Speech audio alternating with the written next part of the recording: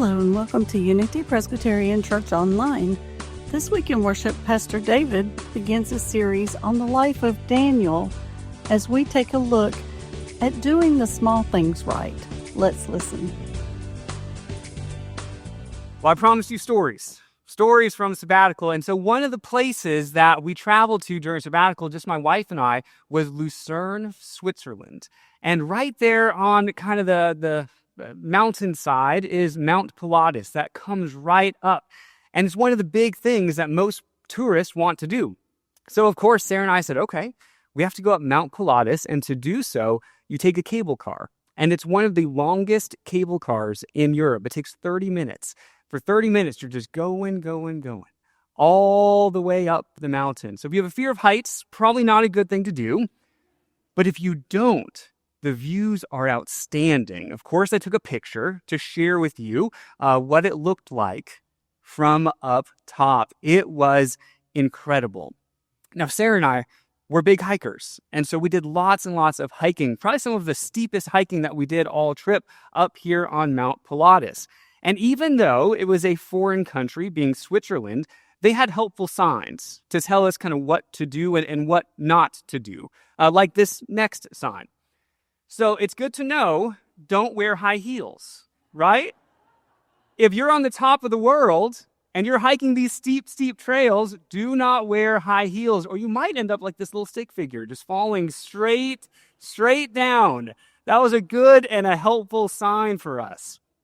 You know, there was another sign, though, that captured my attention. I was delighted to see it.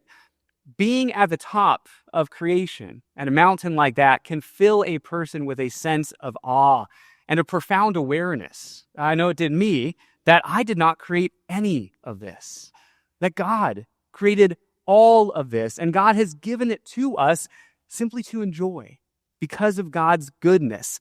And apparently, I was not the only one who felt this way, because there was a cross. There was a cross way on that distant mountain. I wonder if you can see it there. There was a cross that was built on that peak for the hundreds and thousands of tourists who come there every year. What an awesome witness is that? A cross to symbolize that the God who created this mountain range also created us and then gave his life for us. And as we continued, I saw one more sign. Now, this sign is in German, but I bet you can tell that there's a Bible verse there, right? Psalm 66:5. So I had to immediately pull out my phone and get the Google Translate and put it up and find out what this sign said. And here's the translation. Come and see what God has done. His works are so wonderful. That's the psalm. And then below that, God has accomplished a creation full of glory and beauty. To God be the prize and the glory. As you live your day-to-day life, how often do you stand in awe of the glory of God? It's probably a bit of an odd question, isn't it? Usually it takes us going to the top of a mountain to remember how incredible God's creation is. It doesn't have to be this way. I bet there are moments every day that point us to the glory of God if we have the eyes to see. The laughter of a child that is so innocent. The beauty of a sunset right over a lake. The exhale at the end of a long day when you know that you've accomplished something positive in the world. Yes, the world is seeped with God's glory. Well, today, our story from Scripture that we're going to study will help you develop the eyes that you need to see God's glory in your everyday life. We're going to begin a 5-week series on the book of Daniel. Now, you may know Daniel from the story Daniel and the Lion's Den. It was told during our children's message today, and if you were here last week, you saw the kids do an incredible job of showing that story. I mean, that's how we know Daniel, right? Daniel and the Lion's Den.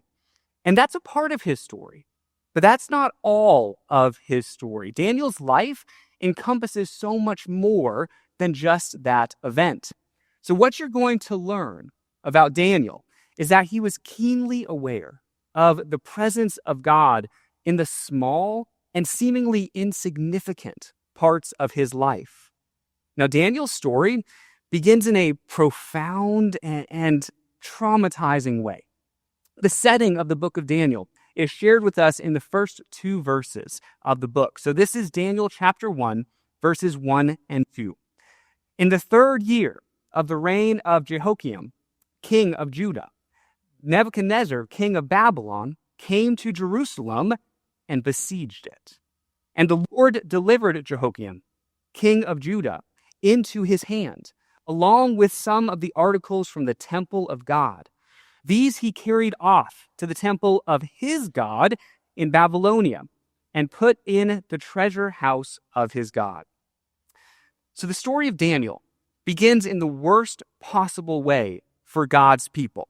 The king of Babylon just attacked Jerusalem and won. Right? The capital city of God's people is ransacked. And not only that, but the temple of God, the very center of Israelite worship, was plundered. Yes, Nebuchadnezzar removes the sacred objects from God's temple, brings them back to Babylon, and puts them in the temple of his false gods. Now, why would he do that? Well, it's easy. By removing those objects from that temple and bringing them to his temple, he's saying, my God is better than your God.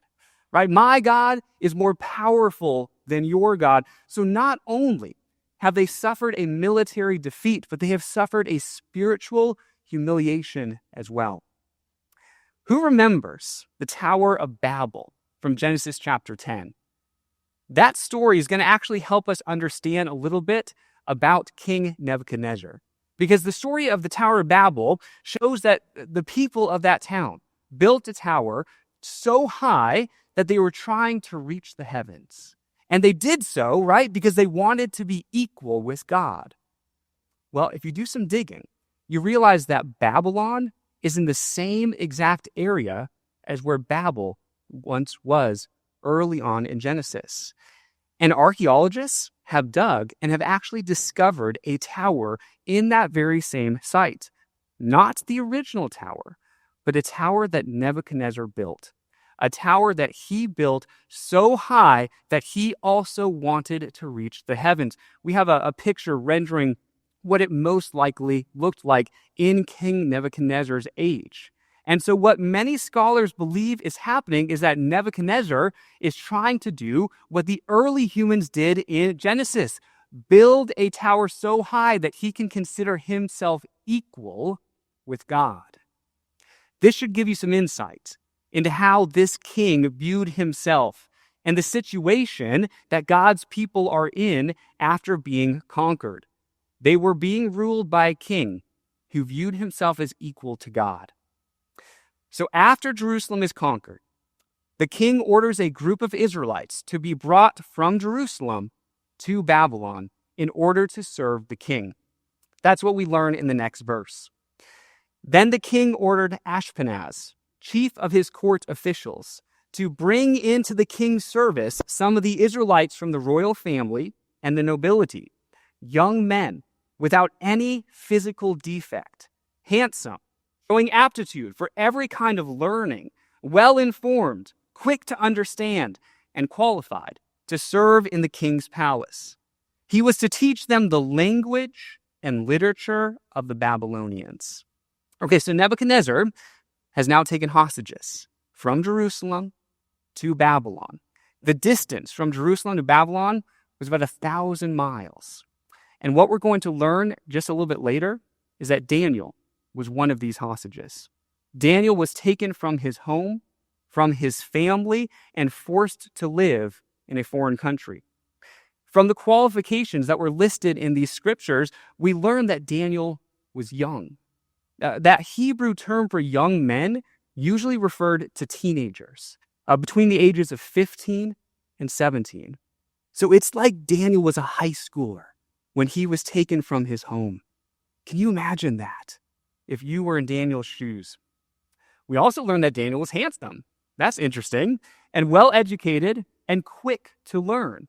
And so Daniel and these other teenagers, they're taken from Jerusalem, and then they're enrolled in 3 years of training before they were to enter the king's service.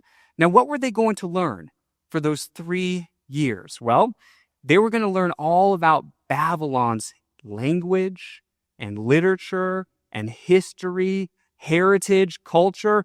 Those 3 years were meant to transform them from being an Israelite to becoming a Babylonian, so that they could one day kind of reject how they were raised, their own culture and history and religion, and instead adopt the new Babylonian way of life.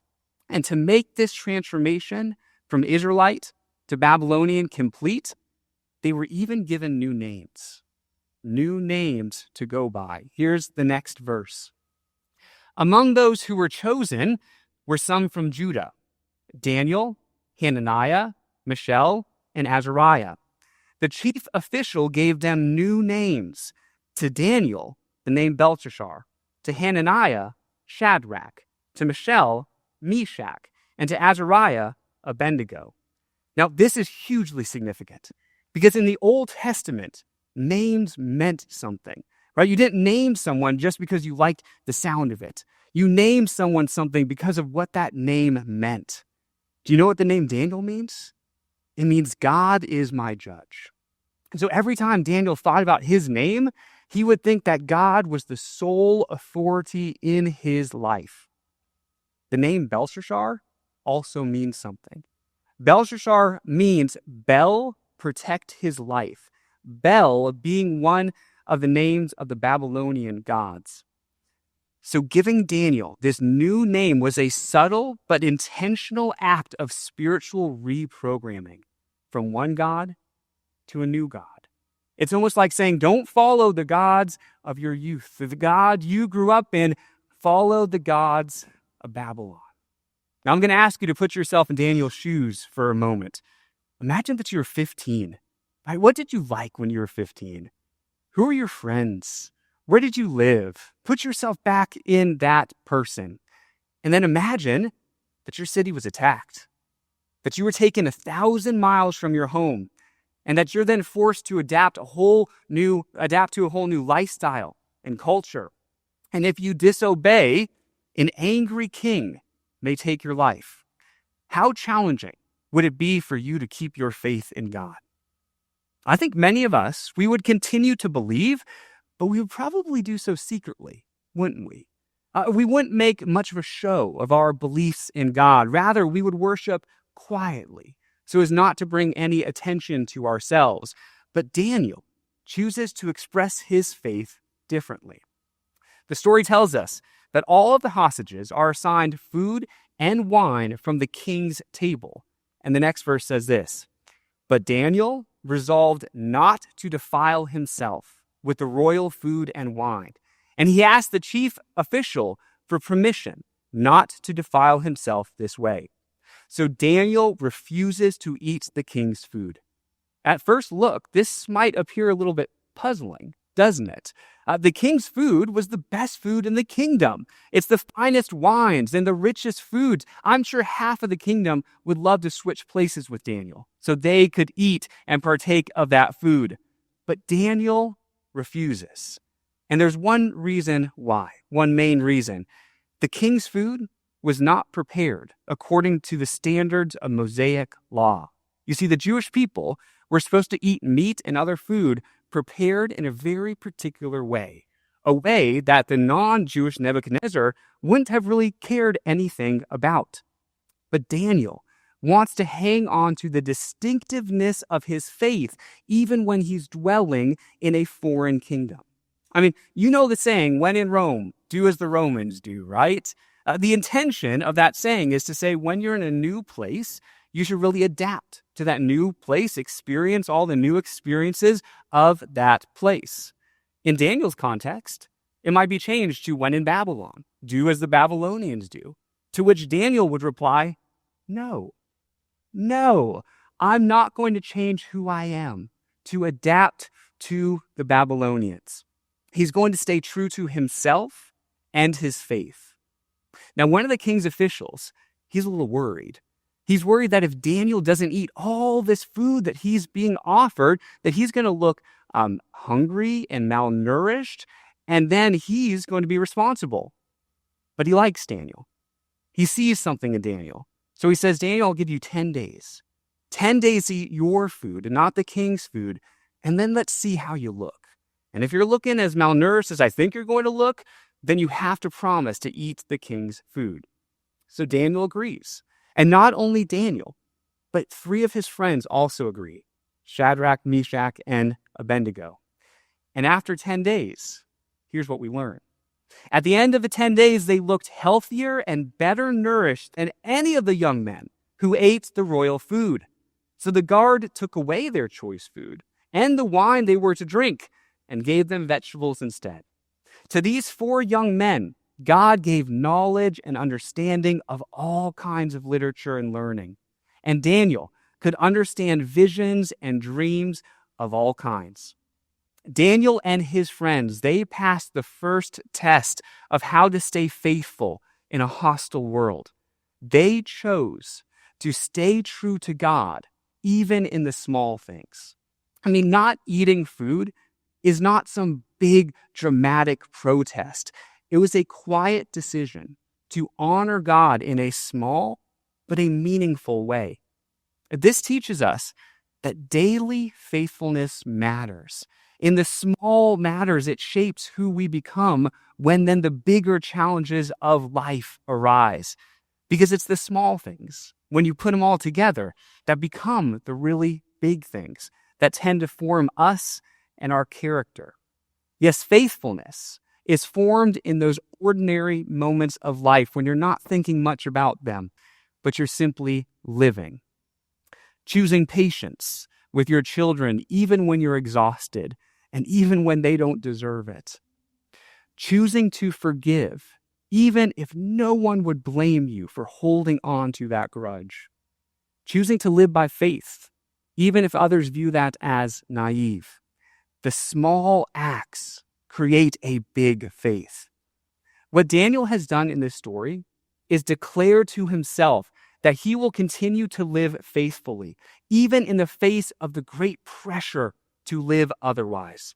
Nebuchadnezzar wanted him to speak like a Babylonian, to act like a Babylonian, to even go by a new Babylonian name.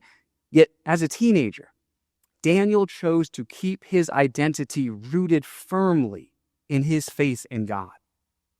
Today, we live in a world that will also ask you to change your priorities and even your identity.